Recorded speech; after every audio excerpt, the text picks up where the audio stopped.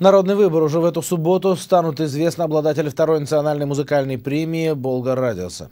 В течение года путем СМС-голосования зрители и слушатели радио выбирали лучших татароязычных исполнителей. В сумме около 170 тысяч голосов. Причем больше всех отправил один абонент, который так и остался неназванным. Больше 6 тысяч сообщений.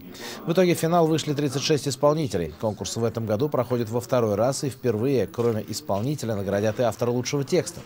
Также новинкой станет и введение элементов интерактива. В режиме реального времени зрители смогут проголосовать и определить обладателя приза зрительских симпатий. Билетов на концерт в продаже уже нет.